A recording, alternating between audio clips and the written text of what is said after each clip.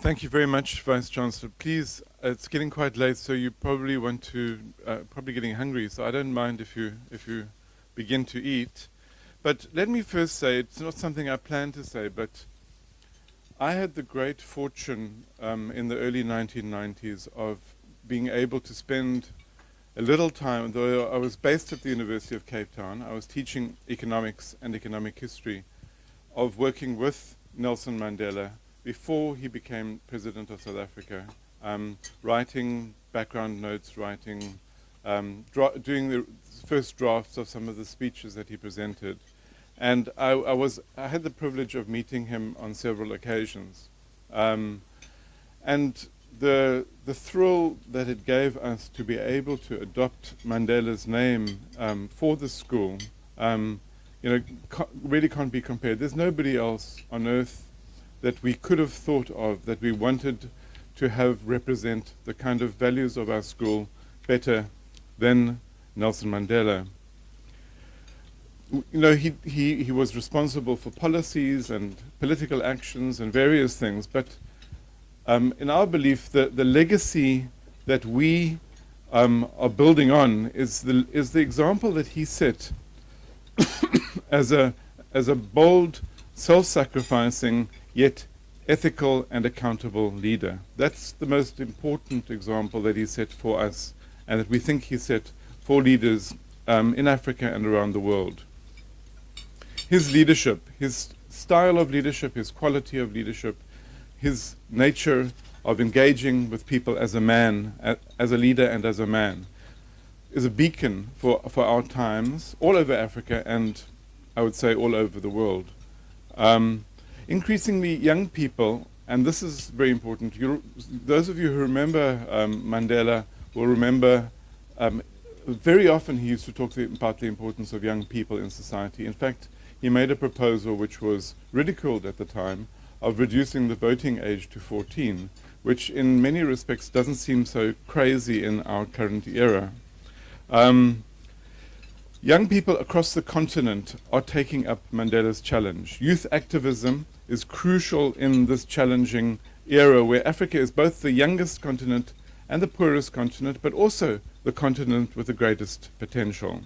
So, inspired by this vision, I worked with colleagues at the University of Cape Town, people who I was able to bring into the school who have a very extensive public policy practice experience, as well as having top academic credentials, to create the foundations of the Nelson Mandela School of Public Governance. We live in very complex times. A few years ago, we could have said African democracies are complex democracies and are messy democracies, in the sense that it's very easy to make decisions and the president can say X, but for that to actually happen takes a lot of organization and a very smart strategy. I think now one can say the whole world is full of relatively messy democracies, and there's a lot that we can all learn about strategic leadership in the public sector. So what do we actually do? We're a school, and from the outset, we set our project as developing strategic leadership in Africa, in the broadly defined public sector. That means government, different tiers of government, the NGOs, international organizations, and so on, the non-profit sector that is engaged with change. Our students are drawn from all levels of government and government agencies, from NGOs, etc. We started in 2011. Our first course was a course called Public Policy for Private Sector Development, and we were very privileged to have the distinguished American political scientist Francis Fukuyama leading the first course that we taught, and he has remained on as one of the international advisors of the school. And if you look in your packs, and I hope that you've all got your packs, you'll see we have a very distinguished group of academic international advisors. So that's been very valuable to us as well. Our first degree program started in 2014, and we made the deliberate decision to bring in people who already have public sector leadership, who have proven themselves in public sector leadership. So we bring in people who are early mid-career, They've shown themselves to be leaders, but they've also shown themselves to have the potential to be even more effective leaders. So they're mostly in their late 20s, early 30s, some even older than that, some in their 40s. But they show the potential to continue to have an impact. This year we had about 200 applications, most of them pretty good, at least 50 or 90 perhaps that could have qualified for the program. The key criterion is this person going to be likely to be an effective leader, and can we have an impact on their trajectory? So that's a very important part of the selection process. So tomorrow we'll be welcoming our 6th cohort of the part-time master's group who come for block courses. They come for 2 weeks at a time, 4 times over a 2-year period. We have students from all over Africa. Mostly we have about half of the students from South Africa and half from the rest of Africa. We've had all kinds of people. We have the permanent secretary of Labour from Zambia, for example. He started the course a few years ago, and then he was transferred and he dropped it, and this year we're very happy that he came back to complete the program. We have a governor's advisor from a province in the DRC. We have presidential advisors from Rwanda. We have people from the Kenyan president's office. We have the city manager of the Joe Kabi district municipality.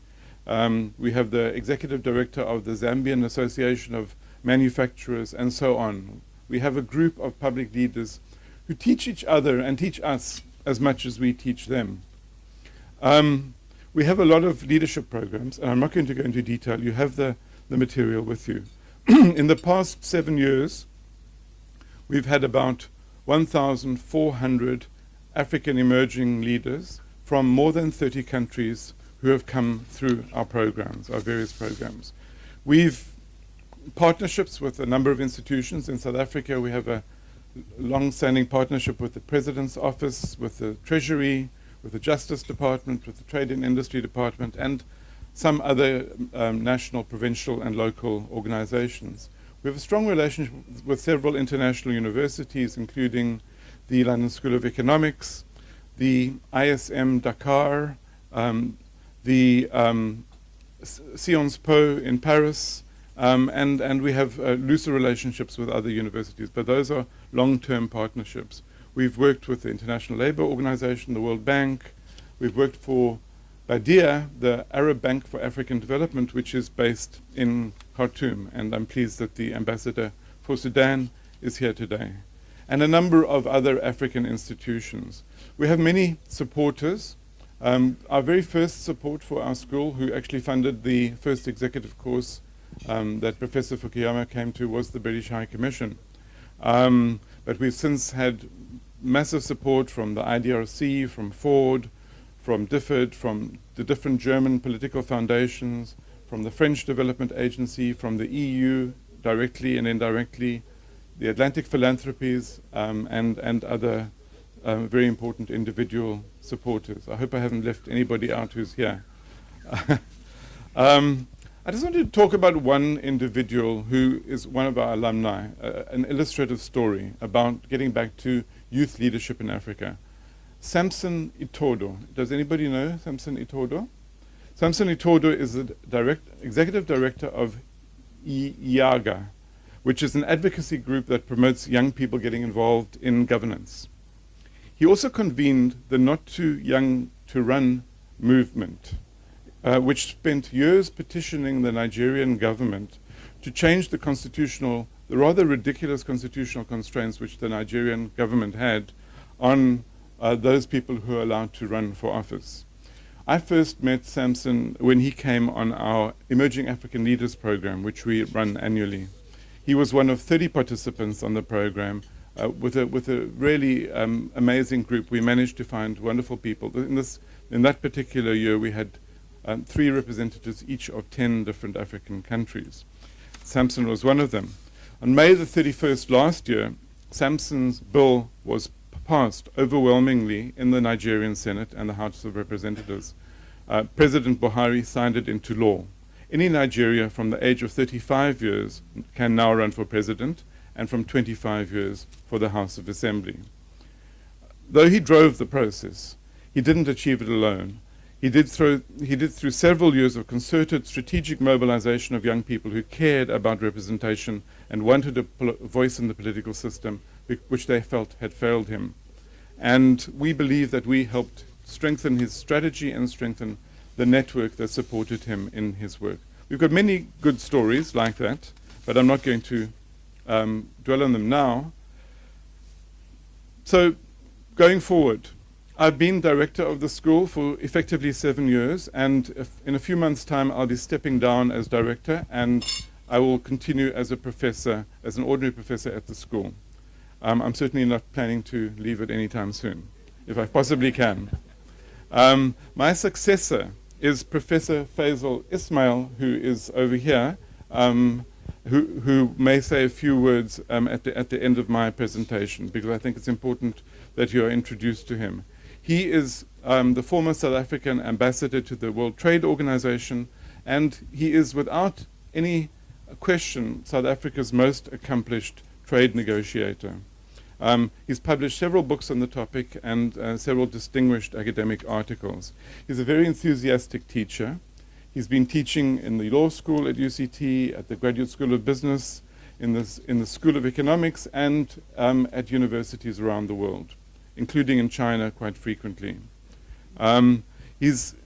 He and our team are committed to taking the school to the next level and ensuring that it is the most exciting public policy school in Africa, that it remains and grows as the center of public governance in Africa, with all of our other partners in Africa, which we hope to grow with. We have a big project in your bags. You'll learn more about it. It's the Nelson Mandela Memorial and School of Public Governance building, which will be situated on the upper campus, or next to the upper campus of UCT, on the Newland side, on the southern side. You'll see the diagram. It's a partnership with the Nelson Mandela Foundation and with the South African National Parks Board, because the land on which it will be located is actually parkland. It consists of a conference center, of a center of memory for Nelson Mandela, of the school, and of a research center on public governance in Africa.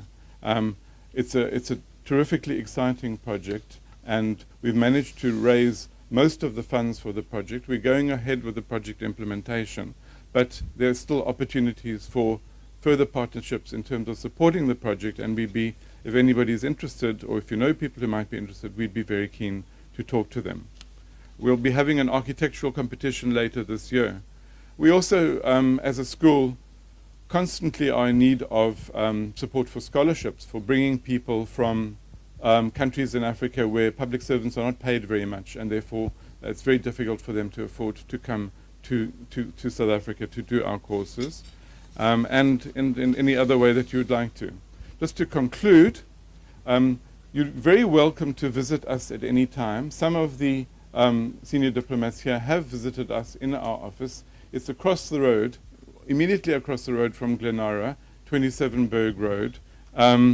And for any other detail you would like to know about the school, there is material in the packs, and there is